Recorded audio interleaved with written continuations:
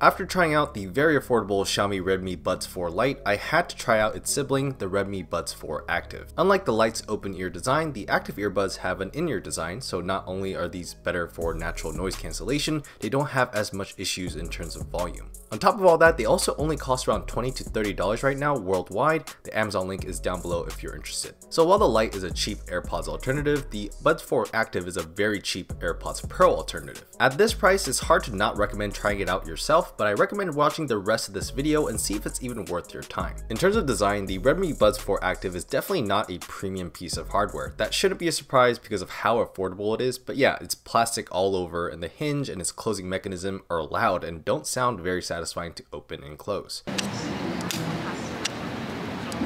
But because of the materials, these are very light. The buds are only 3 grams each, and with the charging case, the total weight is just 42 grams, which is only 7 grams heavier than the Redmi Buds 4 Lite. And with the slim, flat form factor, it's great for tight spaces. The only downside is that the external material is very slippery and there's barely any type of friction or grip on these. So I've already dropped these several times, and if you place these on a slippery surface or in a big pocket, it can slip or fly away pretty easily if you accidentally hit it somehow. As for wearing the earbuds, they're pretty on par with other more expensive wireless in-ear buds in terms of hardware quality. They're all usually made of plastic due to keeping a lightweight, so yeah, these feel more the same. But I will say that the fit is not quite as good as most in-ear buds that I've had in the past. My right ear fits totally fine, but my left ear always needs a little bit of adjusting until I get the right fit. But everyone's ears are different, and once I do quickly adjust, they do totally seal my ear canals and they're very comfortable. The shape is pretty flat and there's nothing sticking out, so it's actually pretty usable when you're laying down sideways on a pillow. I also have no problems at all with these falling out or anything like that, no matter what I'm doing. Xiaomi does include 3 different ear tip sizes, so you can swap around and see what fits best for you. I use the biggest ones included because they seal my ear canals the most. There's also touch controls here that actually work pretty well. Tap twice to play and pause or answer a call, tap 3 times to skip track or end call, and press and hold both sides to enable or disable low latency mode. But unlike the Buds 4 Lite's IP54 rating, the Buds 4 Active only have IPX4 support, so that means they're splash resistant to rain and sweat drops, but they're not officially dust resistant at all. Even though these buds also don't have active noise cancelling or ANC, the natural noise cancellation due to the in-ear design is very good. It's actually hard for me to hear anything around me, which is what I wanted. So no proper ANC support here, but these do have a pretty respectable set of features for the price, just like the Buds 4 Lite. Actually, it has an identical set of features. Google Fast Pair, which is always super convenient to pair for the first time, Bluetooth 5.3, 12mm dynamic drivers, noise cancellation for calls only, and low latency mode. Once you put the buds on, you'll get a little audio feedback letting you know that they're on and connected to your paired device. Sadly, just like with the Buds 4 Lite, it feels like low latency mode does nothing for me even when playing first-person shooters. I really can't tell the difference. The only difference is that the Redmi Buds 4 Active has an app. You can connect them to the Xiaomi Earbuds app. Honestly, other than toggling low latency mode and checking battery life,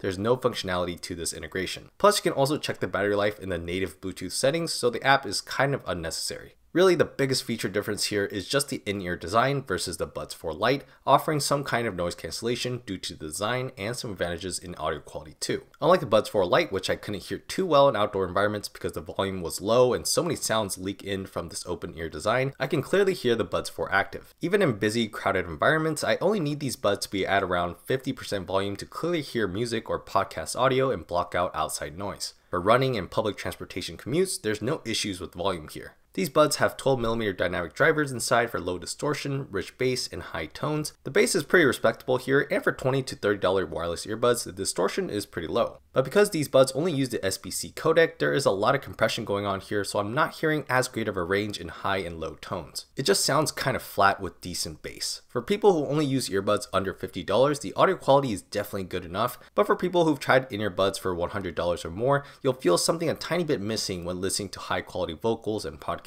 I am nitpicking here though. These still sound very good to me, and I forget about all these cons when I'm not switching back and forth with something more high end. There's also not much sound leaking out of these earbuds, so you can blast music without worrying someone next to you might get annoyed. As for the microphones, I think these are perfectly serviceable for calls. So here's how they actually sound so you can judge yourself. Let me know what you guys think in the comments. For battery, each bud has 34 mAh inside, while the charging case has 440 mAh. With a full charge for both the buds and the case, you can get up to 28 hours of listening time, which is even better than the Buds 4 Lite. The buds themselves with the full charge can get up to 5 hours of listening time. Those are Xiaomi's estimates, but I found them to be pretty accurate. So in terms of straight up listening time, these are a beast and will last you days before having to charge up again. No wireless charging, but you can charge using USB-C. Unlike some other cheap USB-C earbuds, you can use any cable and you're not limited to a USB-A to USB-C cable. Charging isn't the fastest, but if you need a quick juice for a quick run, it'll get you that no problem. With a 10-minute charge, you can get up to 110 minutes of listening time. For the price and the lightweight, I'm very satisfied with the battery life here. Putting everything together, the Redmi Buds 4 Active are a very good set of wireless earbuds for the price. In terms of build, audio quality, and features, these definitely don't hold a candle to some of the more expensive earbuds out there, but they have excellent battery life, good natural noise cancellation, and serviceable audio and mic quality. And they're so affordable and decent enough in every way that I recommend these as a backup pair of wireless earbuds to anyone out there.